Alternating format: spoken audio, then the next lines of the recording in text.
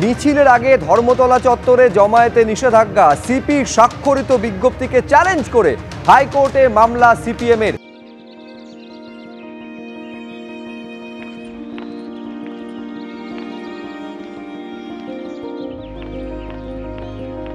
আরজিকর কাণ্ডে প্রতিবাদ ঠেকাতেই সমাবেশ বন্ধ করতে চাইছে পুলিশ।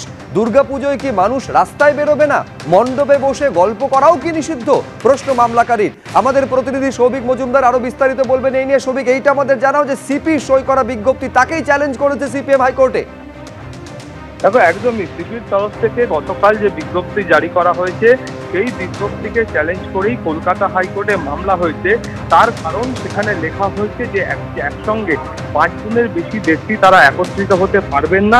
এবং এখানেই কিন্তু সিপিআইএম এর প্রশ্ন হচ্ছে যে ওই অঞ্চলে এখনো পর্যন্ত আরজিকরকে কেন্দ্র করে যে প্রতিবাদ বা যে আন্দোলন চলছে সেই আন্দোলনকে বন্ধ করার উদ্দেশ্যেই এই ধরনের পদক্ষেপ করা হয়েছে, এটা অভিযোগ। তাদের আরও অভিযোগ হলো যে ইতিমধ্যেই কিন্তু তুমি জানো যে সামনে দুর্গাপুজো আসছে, ফলে সেই সময় যারা রাস্তায় বেরোবেন তারা কি একসঙ্গে বেরোতে পারবেন না, বা তারা কি মণ্ডপে বসে গল্প করতে পারবেন না? আসলে এই ধরনের যে একাধিক অভিযোগ বা দাবি নিয়ে তারা কলকাতা হাইকোর্টের দ্বারস্থ হয়েছেন, মামলা দায়ের হয়েছে। আগামীকাল শুনানি হলে তার পরবর্তী পর্যায়ের নির্দেশ কলকাতা হাইকোর্ট দেবে।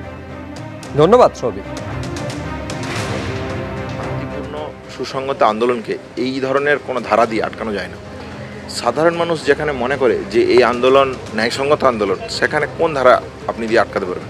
তাহলে আপনি ধারা দিয়ে মানুষকে ভয় দেখাতে পারেন, কিছুটা আপনার যে শাসকের যে খর্ব, শাসকের যে ঔদ্ধত্য, সেই ঔদ্ধত্য আপনি দেখাতে পারেন।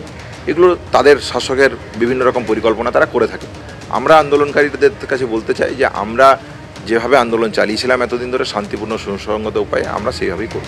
দক্ষিণবঙ্গের বন্যা পরিস্থিতি নিয়ে ফের রাজ্যকেই দায়ী করলো বিজেপি। ডিভিসির ছাড়া জলে নয়, রাজ্যের জলাধার থেকে ছাড়া জলেই বানভাসী হয়েছে দক্ষিণবঙ্গ।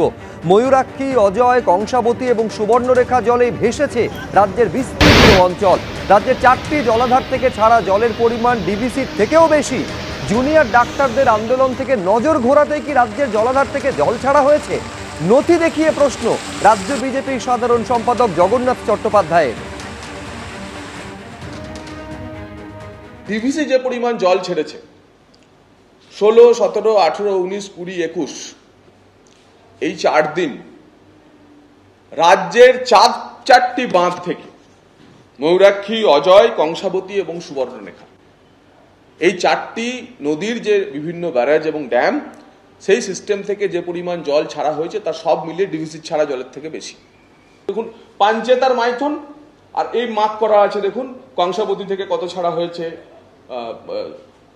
তেনুঘাট থেকে কত ছাড়া হয়েছে, অজয় থেকে কত ছাড়া হয়েছে, সুবর্ণরেখা চান্ডিল থেকে কত ছাড়া হয়েছে, ম্যাসাঞ্জোর থেকে কত ছাড়া হয়েছে। ডিভিসি জল ছেড়েছে পাঞ্চেত এবং মাইথন থেকে ফুল রিজার্ভার লেভেলে। রাজ্য সরকার তার 4টি বাঁধ থেকে লাগাতার এই কনজারভেশন লেভেল থেকেই জল ছাড়তে শুরু করে।